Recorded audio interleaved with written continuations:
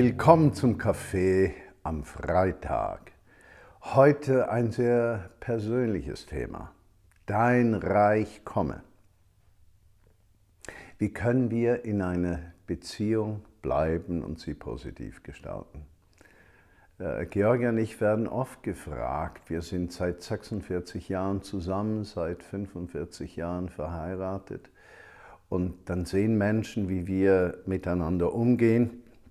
Sehr authentisch, wir tragen auch unterschiedliche Meinungen offen aus, aber man spürt immer die tiefe Nähe und Liebe, die wir zueinander haben. Und dem ist wirklich so, das ist nicht einfach so dargestellt. Ich kann mir keine Person vorstellen, mit der ich in dieser Weise hätte durchs Leben gehen können. Georgia ist das größte Geschenk, das Jesus mir gegeben hat. Aber wie kann das bleiben? Wie können wir ein Leben gestalten miteinander in aller Unterschiedlichkeit, die wir als Persönlichkeiten haben? In Philipperbrief Kapitel 2, die Verse 1 bis 5, da steht Folgendes: Nicht wahr? Es ist euch wichtig, einander im Namen von Christus zu ermutigen. Es ist euch wichtig, euch gegenseitig mit seiner Liebe zu trösten. Durch den Heiligen Geist Gemeinschaft miteinander zu haben und einander tiefes Mitgefühl und Erbarmen entgegenzubringen. Das ist euch alles wichtig. Nun, dann macht meine Freude vollkommen und haltet entschlossen zusammen. Lasst nicht zu, dass euch etwas gegeneinander aufbringt, sondern begegnet allen mit der gleichen Liebe und richtet euch ganz auf das gemeinsame Ziel aus. Rechthaberei und Überheblichkeit dürfen keinen Platz unter euch haben.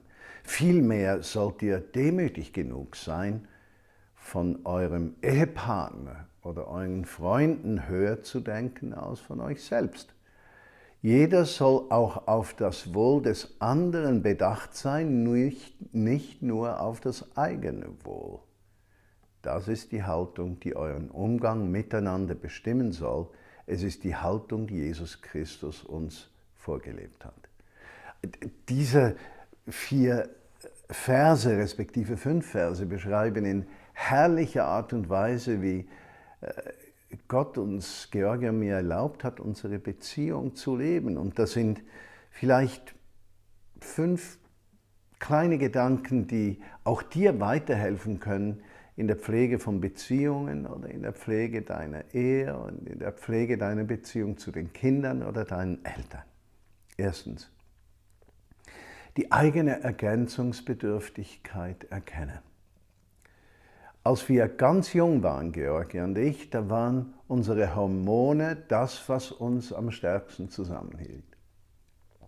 Dann kam eine zweite Phase. Wir erkannten die Unterschiedlichkeit und ich kann meinerseits sagen, ich konnte mich dann aufregen, wenn ich die Schwächen von Georgia sah und das regte mich auf und ich konnte es nicht verstehen und das führte zu Konflikten. Und es brauchte einige Zeit zu erkennen, dass ich ja auch Schwächen habe, dass Georgia genauso mit der Unterschiedlichkeit meiner Person umgehen muss. Und ich erkannte, wir ergänzen uns eigentlich hervorragend. Das fiel mir besonders auf in der Erziehung der Kinder, wo wir uns oft gezofft haben. Georgia war sozusagen zuständig für den Moment und ich war die Person, die den größeren Horizont im Leben der Kinder sah. Aber dieses Miteinander hat unseren Kindern beides gegeben. Gesunde Elternschaft im Augenblick, aber auch Perspektive für die Zukunft. Die eigene Ergänzungsbedürftigkeit erkennen. Zweitens, wir beide mussten lernen, den anderen nicht zu verändern, sondern einfach mal anzunehmen, so ist Martin oder so ist Georgia. Und ich kann nicht mein ganzes Leben darauf verwenden, Georgia zu verändern. Sie wird sich nicht ändern. Ich will und muss sie annehmen, wie sie ist.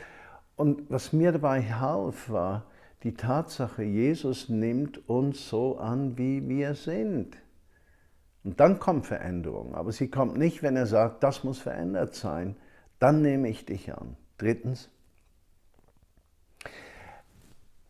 es braucht eine gewisse Zeit, bis wir über dem Stress der Unterschiedlichkeit stehen können. Und das merke ich heute noch, die Herausforderung. Ich bin schnell in meinem Denken und Handeln, Georgia braucht mehr Zeit.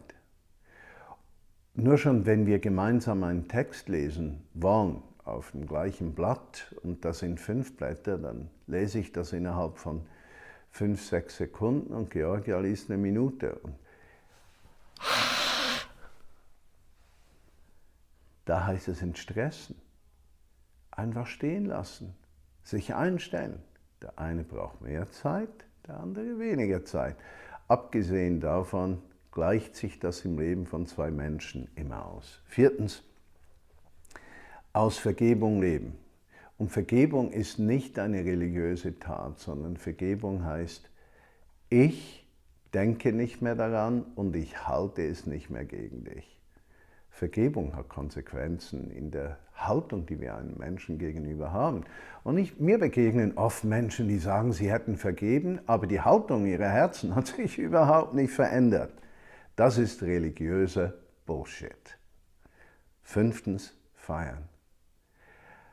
Ich merke, dass Georgia und ich, wenn wir irgendwo die Unterschiedlichkeit sehen und plötzlich lachen wir darüber, dann ist es dieses Lachen, das uns befreit und gegenseitig signalisiert, hey, ich weiß es doch, du bist okay so, du musst nicht so sein wie ich. Ich wünsche dir ein tolles Wochenende und eine kraftvolle kommende Woche.